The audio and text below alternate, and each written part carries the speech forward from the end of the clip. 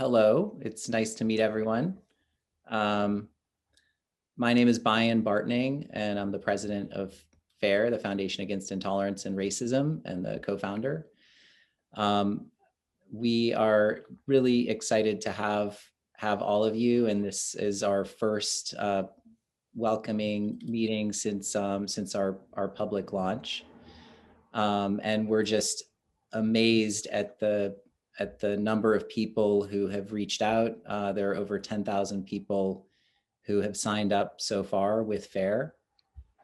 And it's just a really exciting moment for all of us, because we've put a lot of work over the last 4 months into getting this organization ready. It's seems like a long way from when I first started understanding what was happening in our society and feeling pretty alone, and just to know how many people out there from, conservative, liberal, all sides of both sides of the political spectrum recognize that what's been happening in our society needs to be addressed, and that there's a better way forward.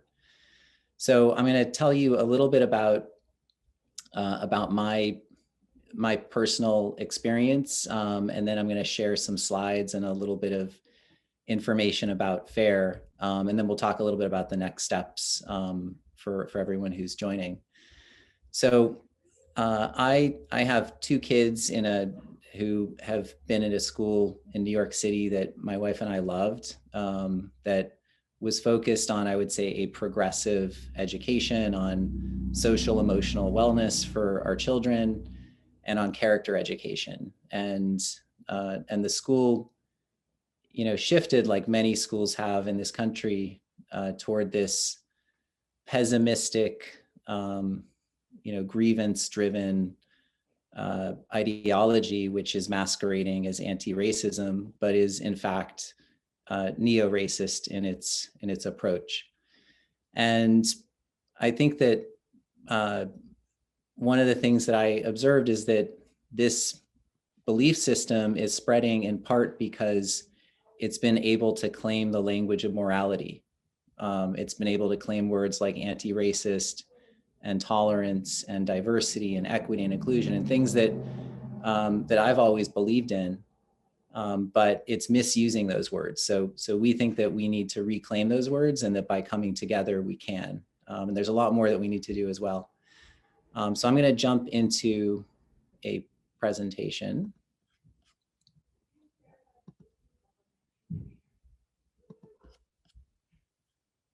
Let me hit play here. So the Foundation Against Intolerance and Racism, our motto is "Be Pro-Human," and we'll talk a little bit about what that means. I'm going to play a short video, and there are a couple of videos embedded, so hopefully the sound quality works here. I'm Daryl Davis. I'm Steven Pinker. I'm John McWhorter. I'm Barry Weiss. I am Glenn Lowry. I'm Melissa Chen. I am Ayan Hirsi Ali. I'm Zed Jelani. I'm Coleman Hughes. My name is Eli Steele, and I support FAIR. I support FAIR. I support FAIR. I support FAIR. I support FAIR. I support FAIR. I support FAIR. I support FAIR. I support FAIR. I support FAIR. Today, almost 70 years after Brown versus Board of Education ushered in the civil rights movement, there is an urgent need to reaffirm and advance its core principles. To insist on our common humanity. To advocate for fairness and understanding. To demand that we are each entitled to equality under the law. To bring about a world in which we are all judged by the content of our character and not by the color of our skin. That's where FAIR comes in. FAIR is the Foundation Against Intolerance and Racism. FAIR gets that our civil rights and liberties need to be protected. It's not enough just to be anti-racist.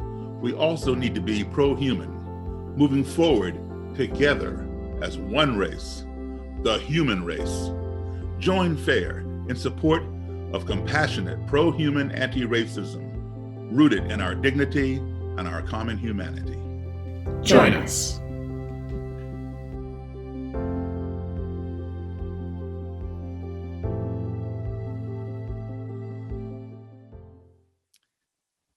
So I think what strikes me every time I've watched that video is the statement that it's not enough just to be anti-racist. We also need to be pro-human. And I think that that's what's lacking from this new intolerant orthodoxy that has taken over large parts of our culture. I want to stress, for us at FAIR, this is not a partisan issue. This is not a left or a right issue. This is about moving forward or moving backwards. And I think that this is something that, from how we view this, and I think in terms of how we would frame the problem, it's not that this is a left-wing ideology. This is actually a backwards belief system that has infected part of the left, political left of our country. But it is really a backwards ideology. It's taking us back to a past not only where skin color determined a person's moral authority or character, but it also undermines the very concept of objective truth. And that means that you can only resolve conflict or differences of opinion through conflict or tyranny of the mob. And it's also taking us back to a past where people were fearful and closed-minded of new people, new ideas, questions that challenge their beliefs. And we want to move forward to a future where rational thinking, empirical data drive decision-making, and where we really treat people as human beings first and foremost, and we emphasize what we have in common while we celebrate our differences as well. But we think that we should be striving toward a future where we judge people by the content of their character and not the color of their skin, and where a person's skin color, just like their eye color or their hair color, is not viewed as defining their identity, their beliefs, their character, or their moral authority. So one of the things that we think is important is to, as a movement, to reclaim the language of morality. So the term that we're using is pro-human, and we're defining that as advocating for one human race, universal civil rights and liberties, and compassionate anti-racism rooted in dignity and our common humanity. And what we mean by anti-racism is what the dictionary defines as anti-racism, which is just being opposed to racism. And I think that's something that we can all agree on. We also think that we need a word to describe this racism that is part of the intolerant orthodoxy, and that word is neo-racism. And neo-racism is the belief that race is a real and inescapable social construct. So there's an acknowledgement that race is not a biological reality, but it's still defined as real and inescapable. And that is a social construct that determines an individual's identity, agency, beliefs, ability, or culture, such that members of different race groups can never understand each other due to intrinsic and insurmountable cultural differences. And this really sums up the belief system that's being taught in many of our schools today. So I'm going to play another short video, which some of you may have seen. And if you haven't, it's worth watching. When me and Brad first met, I didn't think we'd get along, but turns out we kind of agree on everything. Your racial identity is the most important thing. Everything should be looked at through the lens of race. Jinx, you owe me a Coke. We both have a lot of opinions about people of color, even though we barely know any. I say colored people, but as long as we're classifying them, we both think minorities are a united group who think the same and act the same. And vote the same. You don't want to lose your black card. Sorry, I don't know. I just think we should roll back discrimination laws so we can hire based on race again. Jinx, now you owe me a Coke. Hey, tell them what you told me yesterday. White actors should only do voices for white cartoon characters. I've been saying that for years. Stick to your own. Us white people, we have so much privilege. I agree. It is a privilege to be white. Ask him about interracial dating. All I said is that black men who date white women have internalized racism, and white men that date ethnic women are fetishizing them. Guys against interracial dating now. Like, am I being pranked? Did Boomer put you up to this? Ugh, you know that taco place is white owned? White people should be making white foods like Kraft macaroni and cheese, no seasoning, not even salt. It's like he's a mind reader. I mean, I've been pushing for segregation forever, and my man does what? I created an improv comedy show exclusively for ethnic people. Guy segregates comedy on my birthday. White people need to stop wearing dreadlocks, and they need to stop appropriating black people's music. Shaved heads and country music, the way God intended. You know all white people are racist. I'm listening. Even if you have a black wife or a black friend group, you're still really racist. You know, we just kicked a guy out of the organization for having a black girlfriend, but if you can promise me he's still really racist, we'll consider letting him back in. Black people should only shop at black businesses. I guess the only thing we really disagree about is I think white people are the root of all evil. But what did I tell you, though? If we can narrow that down to a certain group of tiny-hatted white people, I think we can come to an understanding. Technically, I don't consider Jewish people white. Neither do I.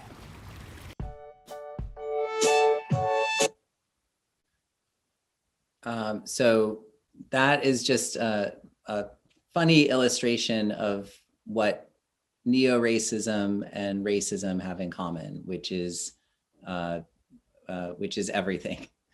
So I want to take a minute just to share what, for me, is, and to paraphrase Oliver Wendell Holmes, the simplicity on the other side of complexity.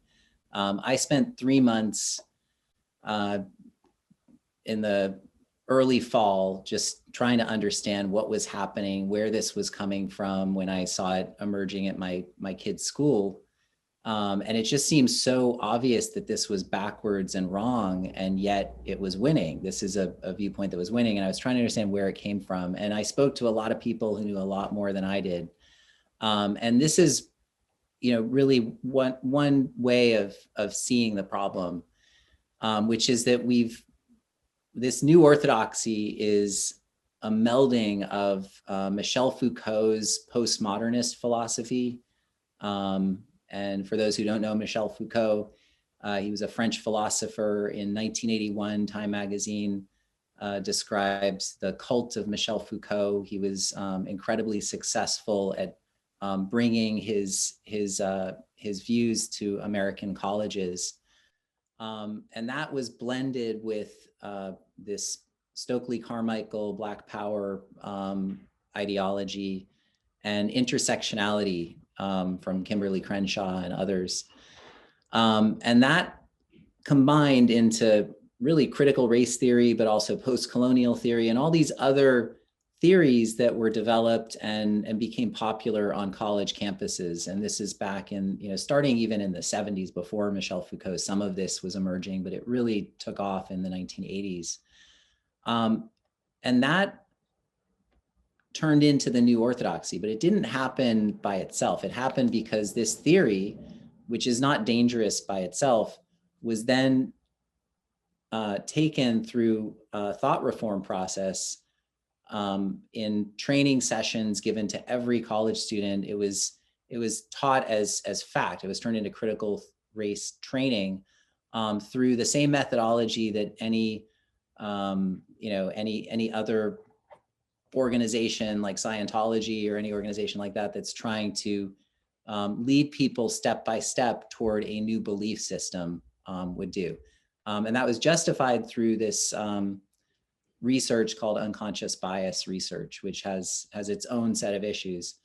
But it really found fertile ground because there was a decline in religion, a rise in technology. And so all these factors, I would say it was a perfect storm where this new orthodoxy found fertile ground and really took root. And, I think many of us, myself included, thought that it would stay on college campuses, but it didn't. There are many college students who were educated and led into this new belief system, who then took it and spread it into corporate America, into the nonprofit world. And, really the most impact that we've seen is in our teaching colleges and now in our K through 12 schools. So what is the new orthodoxy? What is the philosophy and moral code? I referred to Michel Foucault and postmodernism. there are a couple of key pillars here. One is that power is truth. And this is really fundamental to the new belief system, which is that there is no objective reality, that might makes right, and that really every fact is subjective. And that leaves everything open to interpretation. Second pillar of this philosophy is that there is no right and wrong. Everything is relative to the culture that you're in. So there is no objective morality. And the third, and I think this is what's probably driving a lot of the conflict that we're seeing, is this view that everything is a perpetual zero-sum power struggle, right? Michel Foucault was known as the Prince of Power, and he taught that everything is about this power struggle between different socially constructed groups. And when you see the world through that kind of a lens, when you see the world as a power struggle where there are victims and there are oppressors, that is going to lead to conflict. And that's exactly what we're seeing. This new philosophy also holds that race is real, right? So on the one hand, there's an acknowledgement that race is a social construct, but on the other hand, race becomes everything. And even though there's an acknowledgement that it is socially constructed, this belief system then spends many, many months and years teaching people that this social construct is real and it's really all that matters. It defines a person's identity. And the last part of the philosophy is this concept of this intersectional hierarchy of oppressions, this idea that people are defined by their identities and that they are somewhere on a hierarchy of oppression, that they are oppressing some people and they may be a victim to others, which again feeds into that perpetual zero-sum power struggle of pitting people against each other. The moral code of the new orthodoxy is very simple. It's the ends justify the means. A lot of our traditional, I think, religious, most religious systems have a set of moral codes that are, somewhat consistent between religions. Humanists have a moral code that's fairly consistent with different religions. In the case of the new orthodoxy, there's really only one set of rules. If you are an oppressor, then to be a good person, you need to dismantle the institutions of the oppressors, which is, defined as most of the institutions in the United States, including the Constitution, the Bill of Rights, a lot of the things that have helped this country get to where it is. And if you're a victim, you also need to dismantle all of those systems and institutions. And if you don't, you're a race traitor. So, why does this matter? Why do we care about this new orthodoxy, and how does it affect our children and people who have adopted this belief system? And I think it's important to really understand this basic concept in psychology, that your perception shapes your reality, right? That how you perceive the world and the lens that you view the world through can impact how you interpret events in your life. So here I have two people, right? One who has that critical race theory based worldview, and the other who has, I would say, that more forward-looking, optimistic worldview. And I have a quote here from Michel Foucault, which I think really sums up this more pessimistic worldview, which is that his point is not that everything is bad, but that everything is dangerous, right? If you see it as this zero-sum power struggle where a win for one group is a loss for another group. And this is not the same as bad. If everything's dangerous, we always have something to do. So my position leads not to apathy, but to a hyper and pessimistic activism, right? And I think the operative word there is pessimism. So if you have the same lived experience, if you have the same interaction with a person, if you're viewing it through this lens where you're looking at everything in a racialized way, where you're looking at everything in this negative way, and you're looking for racism everywhere, you are going to find it, and you are going to find grievance and pessimism and despair. But if you experience the world through a more optimistic, hopeful lens, you are going to find gratitude and optimism and hope, right? Even when you have setbacks in your life.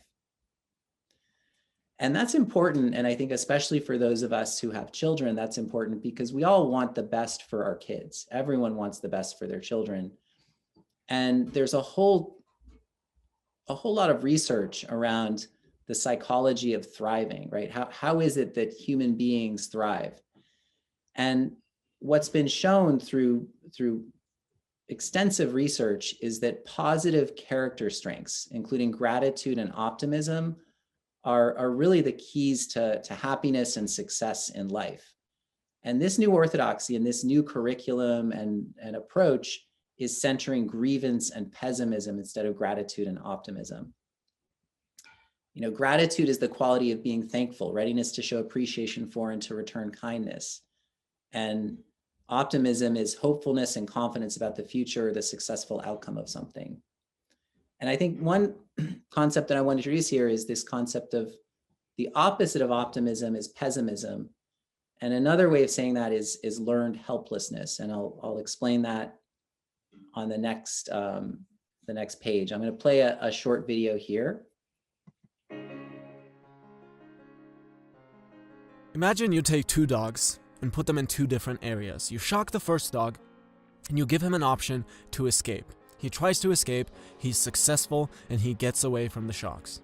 The second dog, however, you put in a place where no matter what he does, he cannot escape the shocks. He soon figures out that there's nothing he can do, he gives up, and he'll just sit there and accept the shocks. Now you take these two dogs and put them in two new areas again, but this time they can both escape. The first dog, who had learned that he was able to escape, will get out of there like usual. But the second dog will just lay there and accept the shocks, even though in this new environment, he could just escape. This is what is known as learned helplessness, and you probably know people who act like the helpless dog.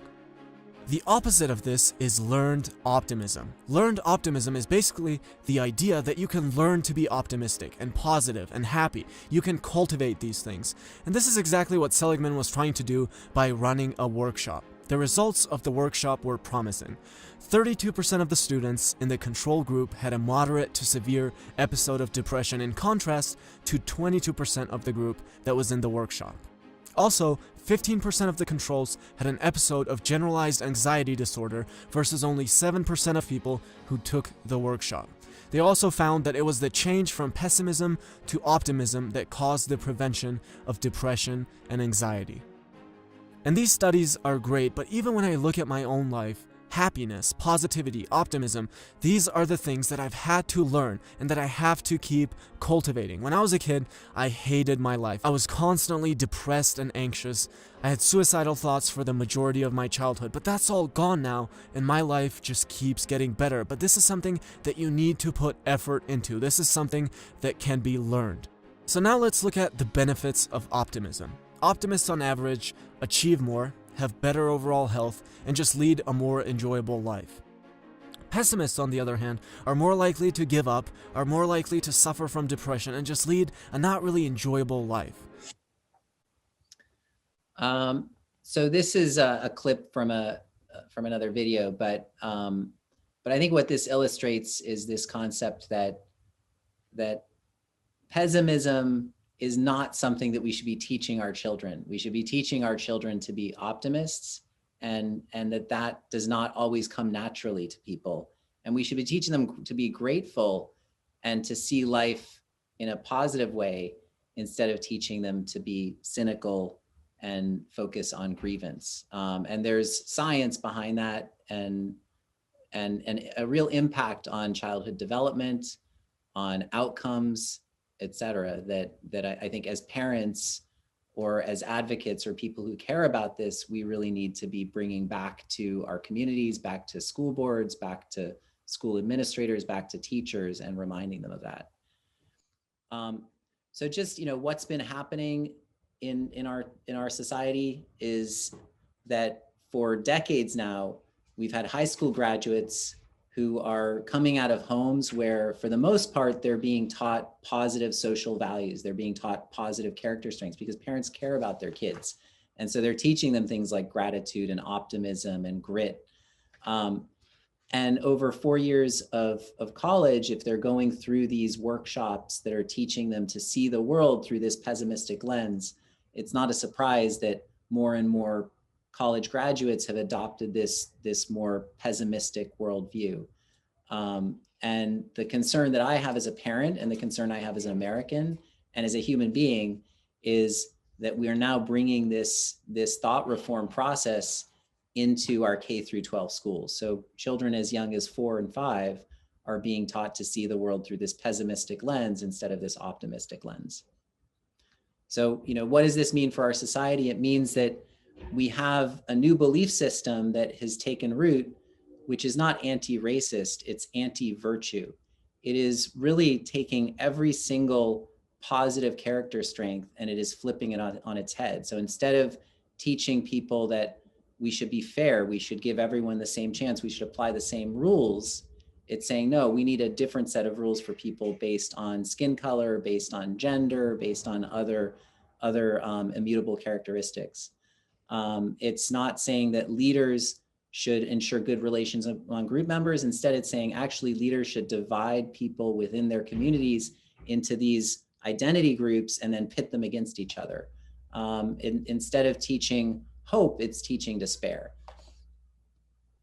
So what is FAIR going to do about that, right? And our focus is a multi-pronged effort. We want to shift our culture forward toward fairness, understanding, and humanity, and toward gratitude and optimism. And we intend to stand up for people who are affected by the intolerant orthodoxy. And how are we going to do it? Or what are we going to do? We're going to educate people about the new orthodoxy and about FAIR's pro-human movement. So we're going to be raising awareness. We're also going to be developing and promoting anti-racist DEI, diversity, equity, inclusion curriculum and training that is actually effective, that actually helps lead us forward toward a common culture based on fairness, understanding, and humanity by really centering our common humanity instead of emphasizing differences, real or imagined. We are going to support targeted research across these areas, including what impact this orthodoxy has on our children, investigative journalism, and cultural projects to help build that culture of fairness, understanding, and humanity. We're going to raise awareness of institutions that have adopted this intolerant ideology, training programs, organizations, et cetera. We're also going to empower people. And this is through the FAIR chapters and networking groups that we're establishing. And we want to train people who want to be trained on the messaging and on FAIR's principles of peaceful change. We're modeling this on successful, peaceful, nonviolent movements in the past, including, most importantly, Martin Luther King's civil rights movement. Martin Luther King, to me, has always been an inspiration and a hero. And we think that what he did and the message that he had in the civil rights movement back in the 1960s applies today.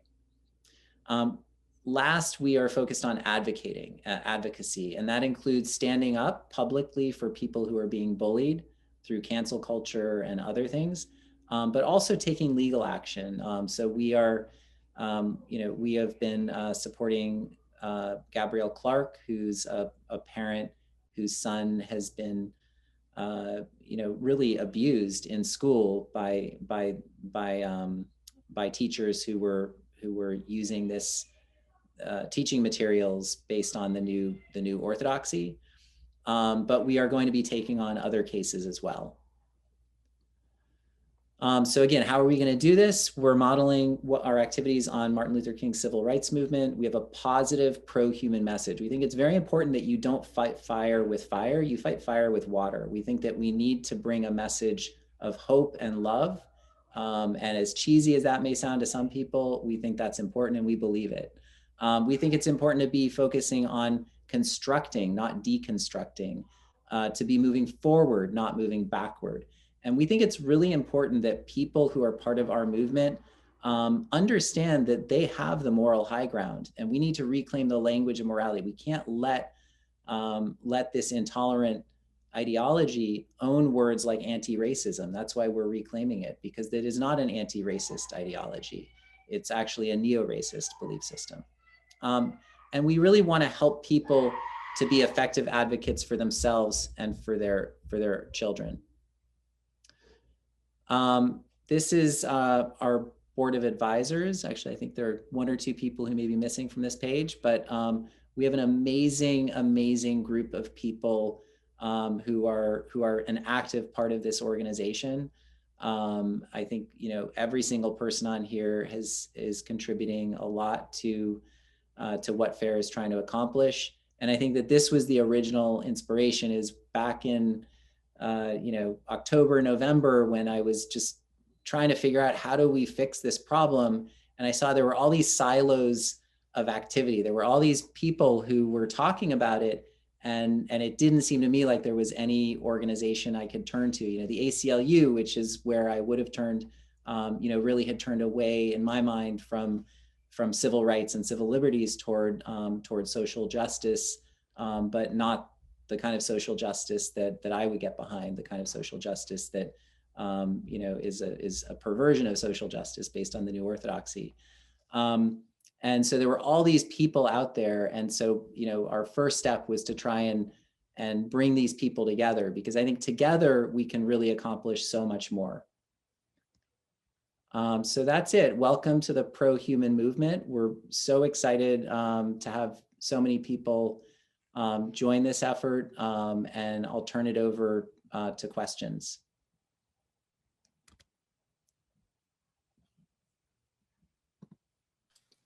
We've got some questions already, but I'm going to give a few more minutes for more to come in, and then I'll start reading them. Great, thank you. Do you want to read one or two to start? Read one to start? Sure. Let's see.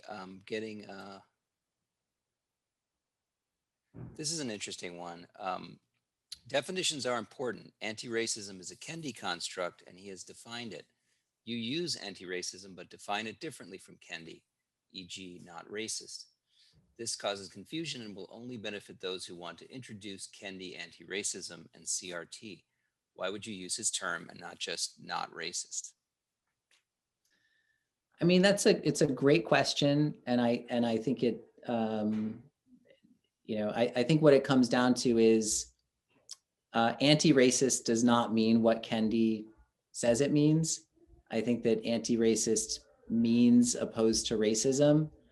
And I think that it's a practice of this belief system, you know, this permutation of this belief system, to take words and to twist their definition. And the problem is, you know, we could say, well, no, you've now defined anti-racist. I'm going to give you that word, but I'm going to tell you I don't like anti-racism. I'm just not racist. The problem is, for most people, right, 80% of people who are not really aware of this issue or don't want to get engaged, haven't made the time to get on this Zoom call, or they hear the term anti-racist, and there's actually an emotional, a physical response to the word racist or anti-racist. And so the problem is, if we let these words be appropriated, these words have huge value. They actually have an emotional impact on people. And so if we let them have words like anti-racism and redefine these words at will, then we're never going to win this battle, because, you know, you're never going to win if you're going in and you're saying, I'm not racist, I'm not an anti-racist, I'm an anti-racist. So our approach is to say, you know, of course we're all anti-racist, and, you know, we're opposed to racism, and, you know, it's fine to define it further in that way. But what we're saying is, we're actually saying it's not enough to be anti-racist, you need to be pro-human. But good question. I think it's something that is a valid concern, but I think that it's a word that we have to reclaim. And I think what you'll find is, as you start using it, it won't feel bad, because it's not an inherently bad word. It's an inherently good word, and it's something we should all aspire to be, which is opposed to racism. And we can't let Ibram Kendi and Robin DiAngelo own that word, just like we can't let them own equity or diversity or inclusion. Are you anti-inclusion? Of course you're not. Everyone's for inclusion. We just can't let them pervert and twist the meanings of these words. Thank you, Vine. Yeah, there's another question came in. How is the chapter structure going to work? So we're setting up state chapters, but then we'll also have more localized chapters. So for example, in New York, we're going to set up a Hudson Valley chapter. So, we're not going to do it necessarily at the local level. We're going to try to keep it at the level where there's a critical mass of people who can support each other. And then everyone will be part of a national network. And we think that that's going to give people access to other people who can share best practices, share success stories. So we think it's important that this all be part of a national network, but then we'll have state chapters and then more localized chapters as well. There's another question came in. Do you have procedures in place for evaluating potential plaintiffs and referring them to counsel? We have a head of our legal network who, everything is brand new at FAIR. This was an idea 12 weeks ago. So, but she started last week, and we've already identified the Clark case as a case that we are going to get involved with. There are other cases that we're evaluating. But if any of you on this call think that you have potential legal action, we would love to talk to you about that. Does FAIR have 501c3 status yet? FAIR has a fiscal sponsorship relationship with an organization called United Charitable. So that is a 501c3 organization. So yes, through United Charitable. Okay, let's see. From a practical perspective, will you be rolling out criteria for starting local chapters? How can one get involved from a day-to-day basis? Hosting meetings, submit articles, organize events?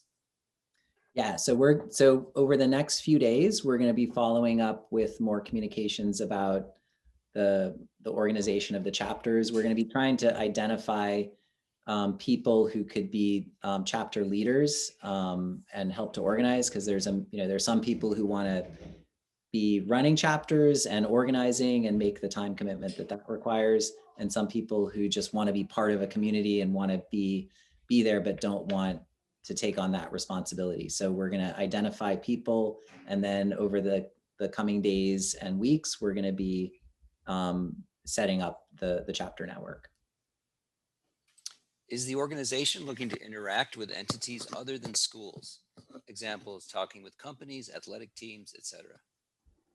Definitely. I think we set up FAIR specifically to be an organization that can help to drive the pro-human civil rights movement, and that means a scope that goes well beyond K through 12. So yes, we are definitely focused on workplace issues, cultural issues. We want to deal with this orthodoxy everywhere. And even within higher education, I think there are plenty of organizations that have been focused on higher education. But we want to support those efforts as well, because if we keep producing college graduates who have embraced this worldview, then the problem will just continue to fester. We can't fix it in one place. We have to address this as a movement and really address it at a cultural level as well. How are you able to bring together such a dream team of advisors into such a necessary cohesive effort? It was a lot of work, but I think that people were very open to it. I think the timing was right, but I think that all these things take work. So we're just at the beginning of this, but I think that there's a lot of momentum.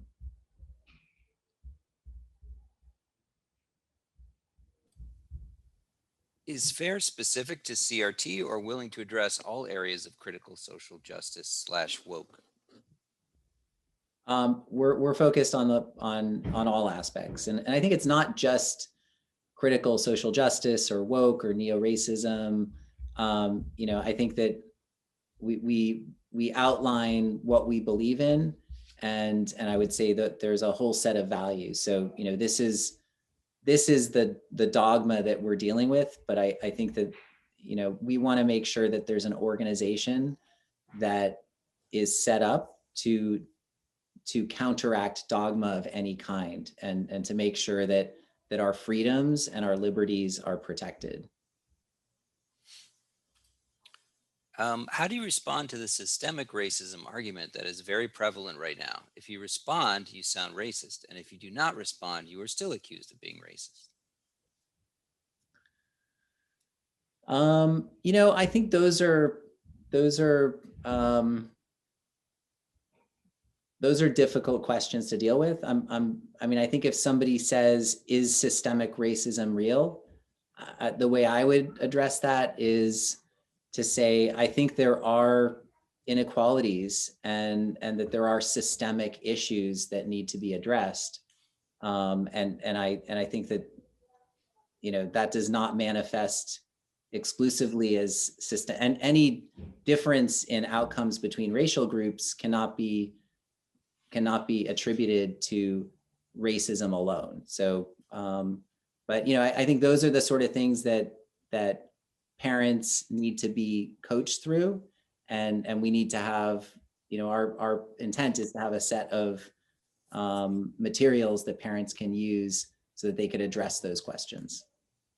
I guess, Paul, do you have any thoughts on how you would answer that question? Yeah, I would answer it very much the same way. I mean, there are different approaches. I think one of the things is to ask, what do you mean specifically, right? Systemic how? I think a lot of times it's just a lazy way of describing this thing, which is just like in the air. But if you actually look at specific disparities and the reasons for those disparities, like you were saying, there's actually research done, and it breaks down a lot of times. Most of it might not be racism at all, or maybe historical racism instead of systemic racism. And so getting people to really be specific, what do you mean when you talk about systemic racism, is one way to approach it.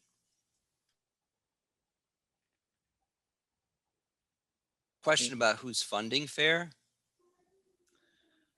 So we, at this point, FAIR is an all volunteer organization.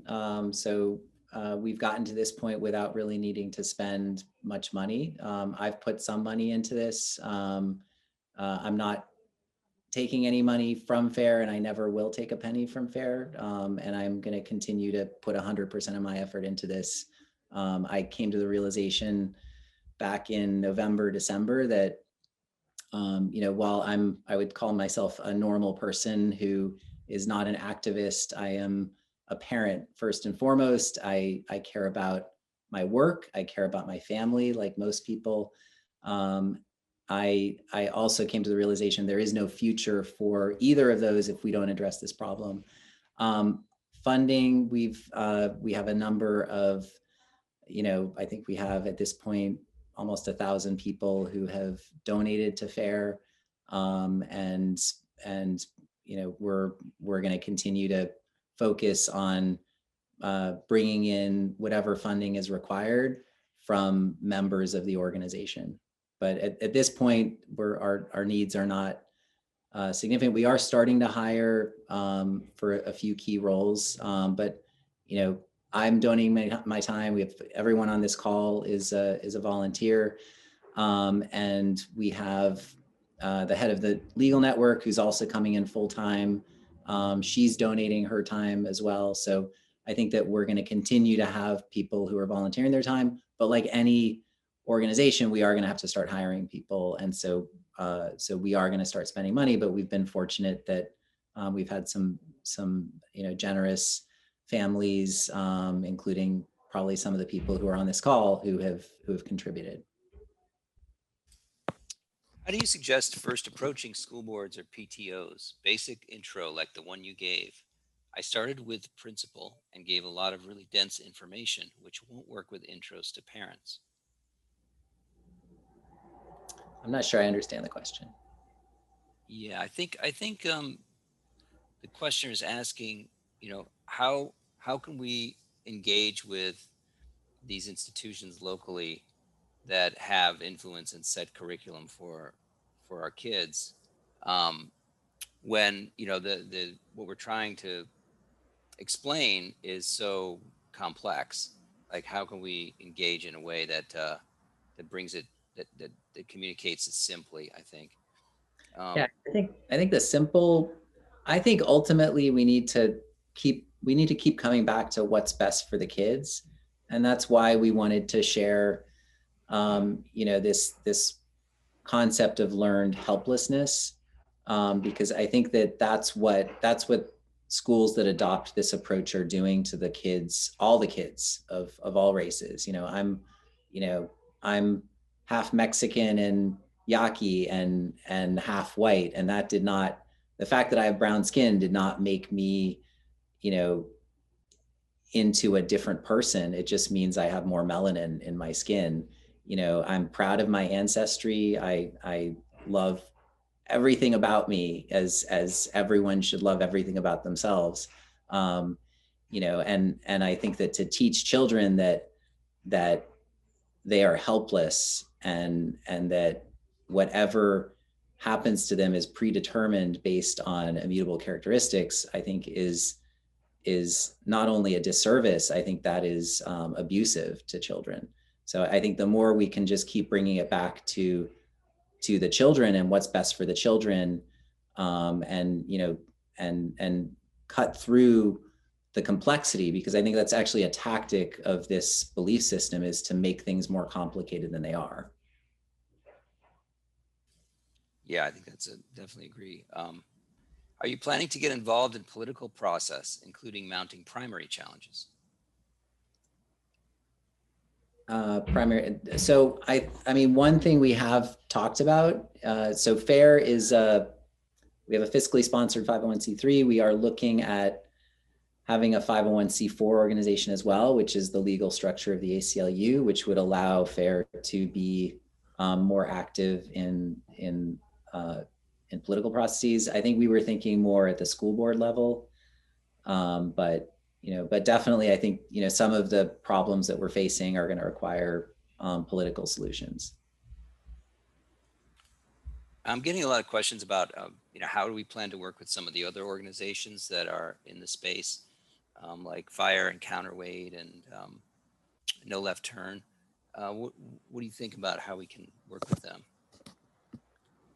I mean, we are talking to all the other organizations, FIRE in particular, and then Academic Freedom Alliance, which is a new organization. We're very close with, but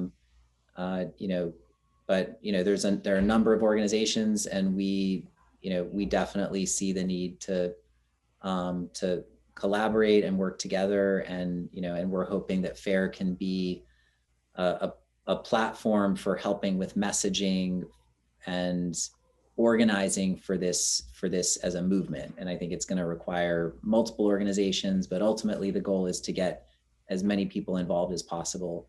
And I refuse to use the word activist.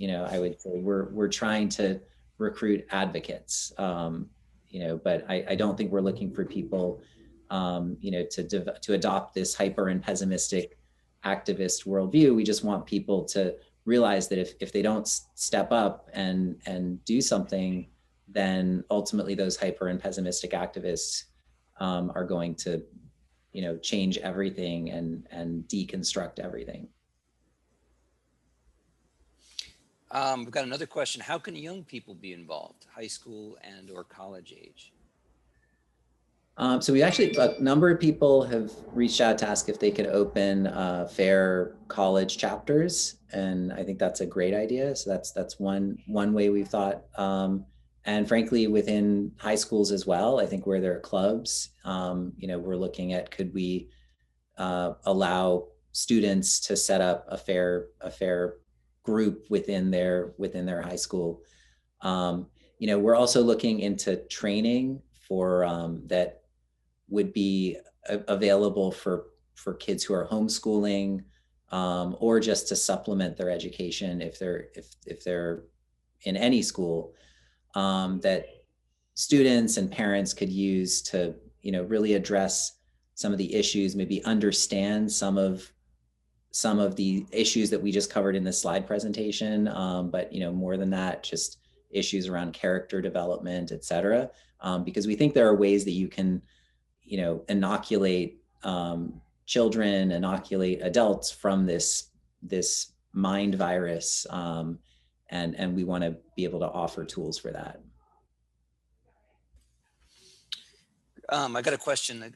Is there a timeline for the FAIR curriculum being developed? How can one diplomatically broach the topic of explaining that CRT is partisan and one-sided? The second part of the question is, I think that's a longer answer, but I think there will be ways to broach it. We are trying to have it this summer, so we've kicked off the effort. We think that we'll have something, but it's an aggressive timeline. And then in terms of how to broach it, I think it depends on the school. I mean, I'll give an example, a personal example.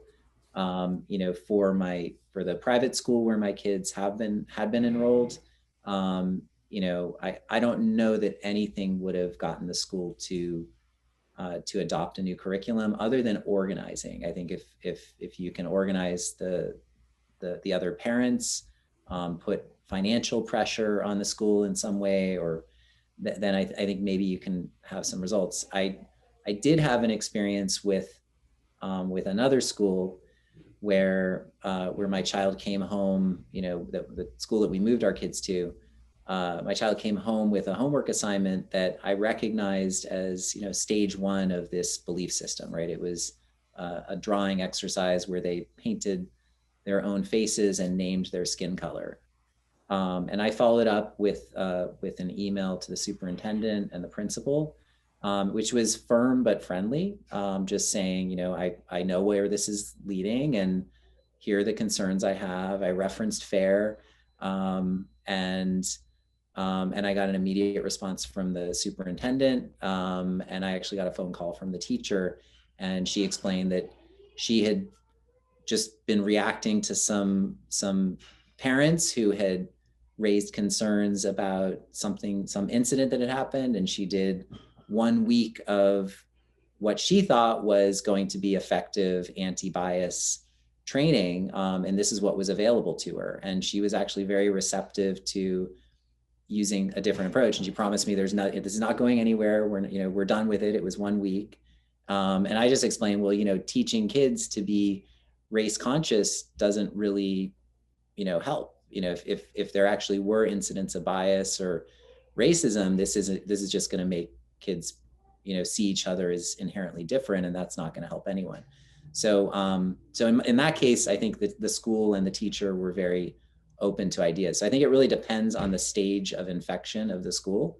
But I think that there are a lot of teachers and school administrators who are going to be very open to something that's better. And I think especially if this ideology has not taken root yet, I think that's where you'll have more success. Yeah, I just wanted to add to that, Brian. We're working on we've done a lot of work on a field guide that we want to release to parents and teachers for how to approach in a very practical way and get the attention of people and sort of get to understand this, the power structure of the schools, or whether it's private or public, and how to work your way through the chain and try to build a network. So that's going to be, I think, very helpful for our members. And I suggest, Paul, we're out of time, but is there any way to save the questions and then we can get back to people? Yeah, definitely. We can do that. Yeah. So you can follow up. We have a lot of questions coming in, and maybe what we'll do is just, leave that running for a little bit. If people have more questions they want to type in, that way I can save them. And then we'll definitely get back to people with answers to these. And then just a couple of things that I wanted to leave people with. So we're going to be following up in the next few days with, so just look out for follow-up emails. We're starting the process of trying to organize all the people who are interested into chapters. And one of the first steps is to identify people who are going to lead those chapters.